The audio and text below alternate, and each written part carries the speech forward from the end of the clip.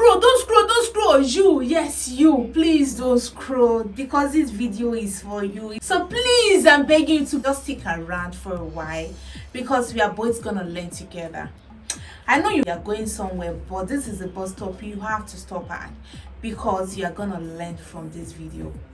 So these are 10 questions, the most important questions you need to ask your partner before settling down. I mean, before embarking on a journey to eternity, and that is marriage.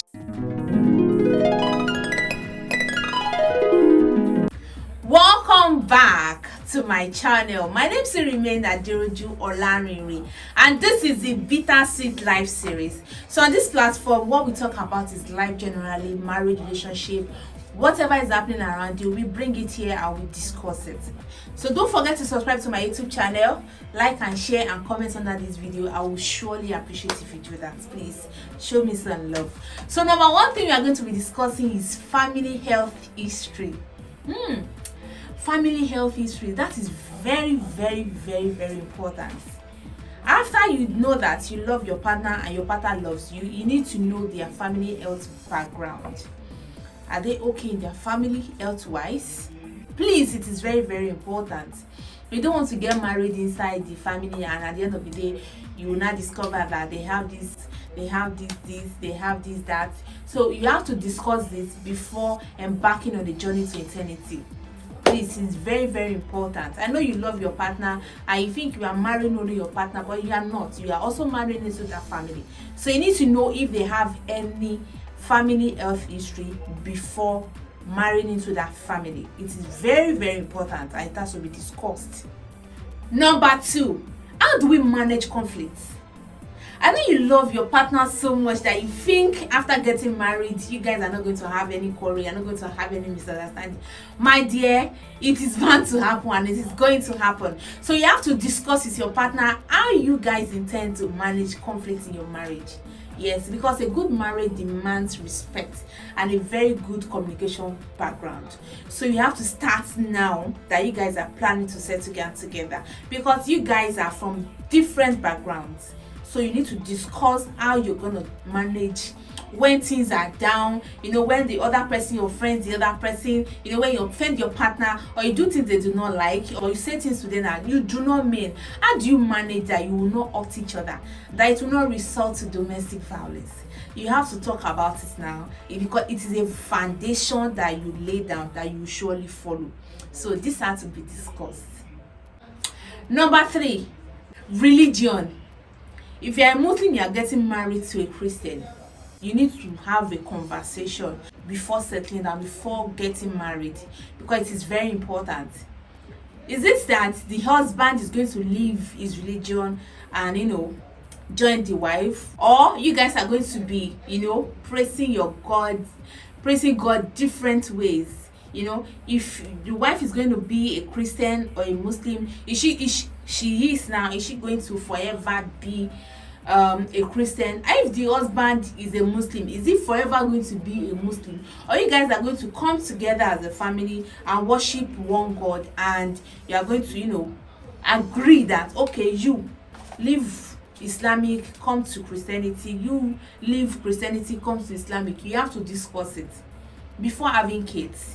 I know there are a lot of families that the wife is a Christian and the husband is a Muslim and they don't have any problem with it. So, but I think you guys have to also discuss it before getting married, because a lot of marriages have this particular issue because the husband wants the wife to come to his religion and the wife is saying, no, you met me this way. And so you guys really have to discuss this before getting married. It is very important.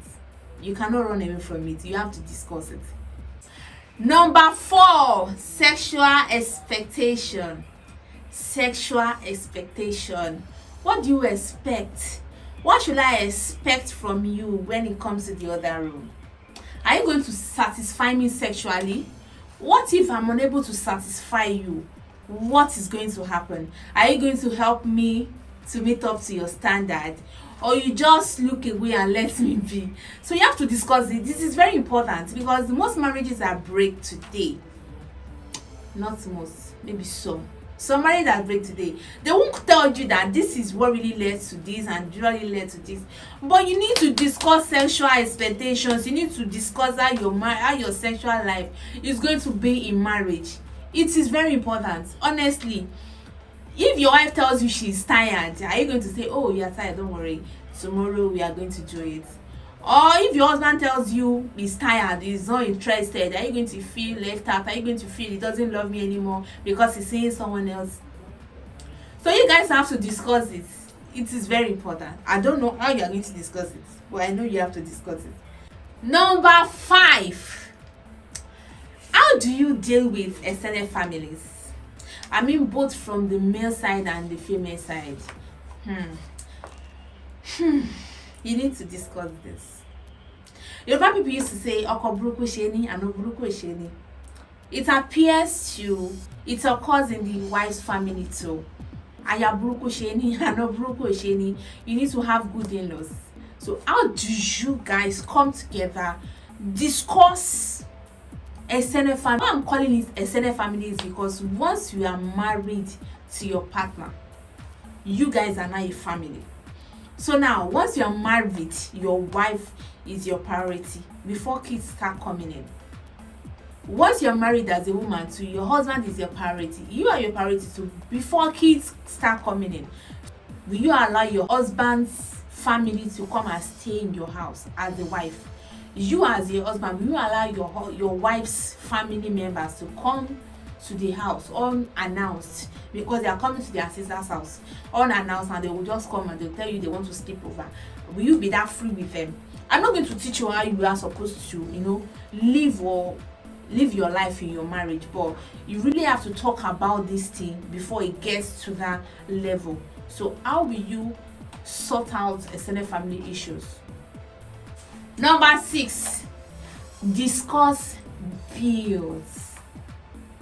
It is important to discuss bills before getting married. Are you going to have a joint account, or you are still going to have a separate account, and it's only the husband that will be dropping in the house, or the wife is going to support her husband? You need to talk about these things. How will you, you want to start a family, you as a wife, you should think about, is there anything I want to be doing in the house? You as your husband, of course your husband is the head of the family, is there anything that this for my wife, I have to be doing it? How do we send our children to school? We know how this country is, we know how this economy is. Are you going to be helping your husband financially, or is just the only person that is going to be doing everything in the house? So you guys have to come together. How do we sort out the bills in the house? Number 7, parental styles. How do you want to train your children together? Because you are in it together. You both give it to your children. So how do you want to take care of them? How do you want them to grow up? In what kind of home do you want them to grow up? Yes, your children are now in the picture. Is there anything you want? You guys, I don't want my husband to be beating my children. I don't want my wife to be nagging, to be beating my children. You guys should talk about it now. Not like when you start having kids and your husband spank your child and you be like, don't you ever touch my baby again. Don't you ever touch my child again. I know what I went through while I was pregnant with each child. So you guys have to really come together now and talk about it. This is the time to talk about it. Not when you start having them. This is actually the time you talk about raising your kids, how you want to raise your children, parental styles. It is very important too.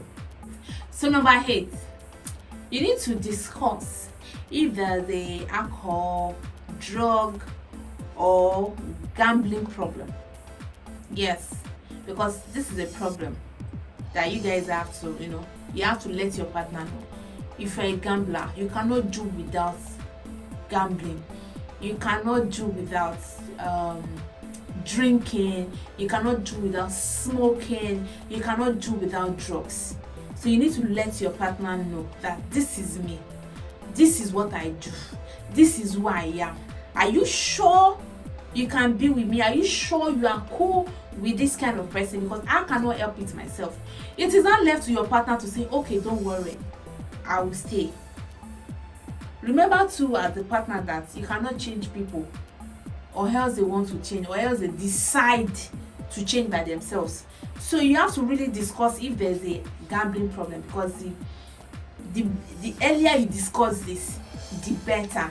So that it won't be as if after everything you people have a joint account or something, and the other person will be using the family money to be doing gambling or drinking or doing drugs. It has to be discussed. Number 9. How many kids do you want? How many kids should we have? Yes, should we have? That should be the question, not how many kids you want. How many kids should we have?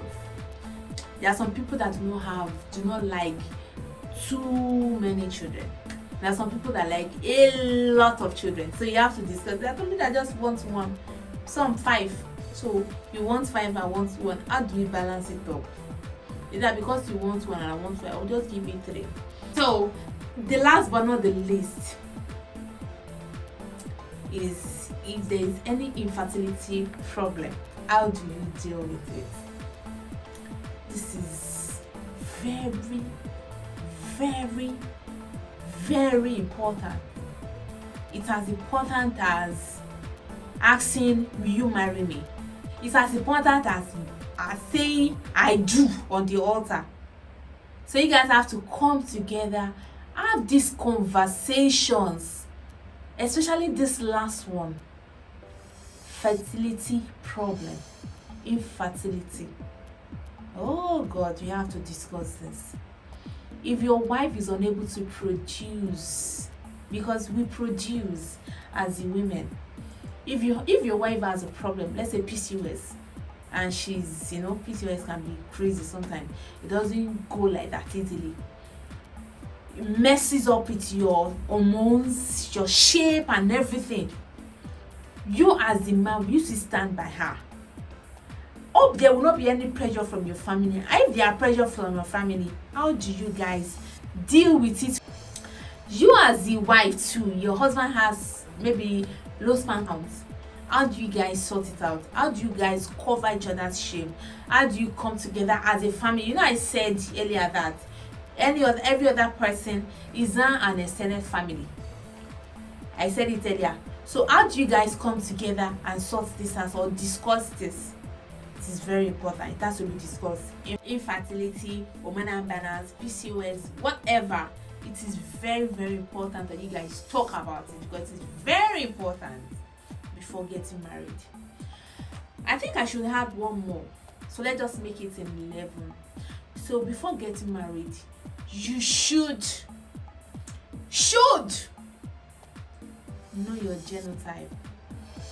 You don't want to give birth to SS, so you should know your genotype.